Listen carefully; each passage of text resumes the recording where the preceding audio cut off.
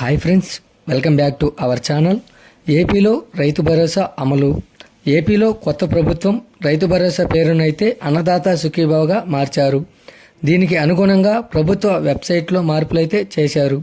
అన్నదాత సుఖీభావ పథకాన్ని 2019లో చంద్రబాబు ప్రభుత్వం తీసుకొచ్చింది.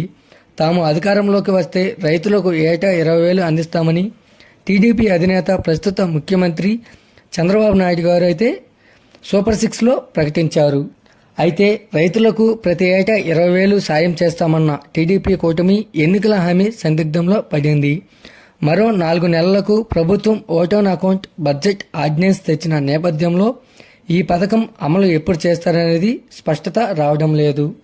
ఆగస్టు, సెప్టెంబర్, అక్టోబర్, నవంబర్ మాసాలకు నిధులు ఖర్చు నిమిత్తం సర్కార్ ఆర్డినెన్స్ ద్వారా ఆమోదం తీసుకున్నందున నవంబర్లోపు రైతులకు చేస్తామన్న సాయం అందే అవకాశం లేదని తెలుస్తుంది.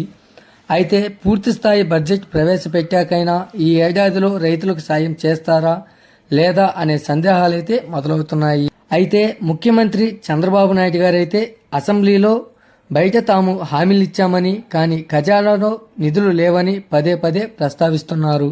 ఇవన్నీ చూస్తుంటే అన్నదాతలకు సాయం ఇప్పుడప్పుడే కాదని అర్థమవుతుందని ప్రభుత్వంలో చర్చ జరుగుతుంది. ఖరీఫ్ సీజన్ మధ్యలోకి వచ్చింది. సెప్టెంబర్ నెలాఖరులో పంటల సాగుకు సమయం ముగుస్తుంది. మరోవైపు చూస్తే భారీ వర్షాలు, వరదల వలన సాగైన పంటలు నీటి పాలయ్యాయి. సుమారు 1,00,000 ఎకరాల్లో పంటలు దెబ్బతిన్నాయని అసెంబ్లీలో సీఎం ప్రకటించారు. నష్టపరిహారంపై ఇంకా ప్రభుత్వంలో కదలిక అయితే లేదు. మరోవైపు చూస్తే 2022-23 రబీ, 2023 ఖరీఫ్, 2023-24 రబీ పంటల బీమా క్లెయిమ్లు పెండింగ్లోనే ఉన్నాయి. పంట రుణాలపై 0 వడ్డీ రీఎంబర్స్మెంట్ అలాగే ఉంది. బ్యాంకులు రైతులకు రుణాలు ఇవ్వట్లేదు.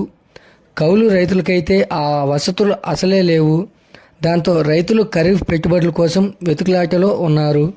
ప్రభుత్వం అందిస్తామన్న సాయం 20,000 కోసం ఉత్కంఠత ఎదురు చూస్తున్నారు.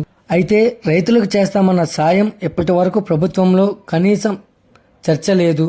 కేంద్రం ఇచ్చే పీఎం కిసాన్తో కలపకుండా కౌలు రైతులకు ఇస్తారా లేదా అనే దానిపై ప్రభుత్వం విధి విధానాలు రూపొందిస్తే స్పష్టత వస్తుంది. అయితే ఇవన్నీ చూసుకుని రానున్న జనవరిలో సంక్రాంతికి కొంచెం అటు ఇటుగా రైతు సాయం విడుదల చేస్తారనే అంచనాలైతే వ్యక్తమవుతున్నాయి.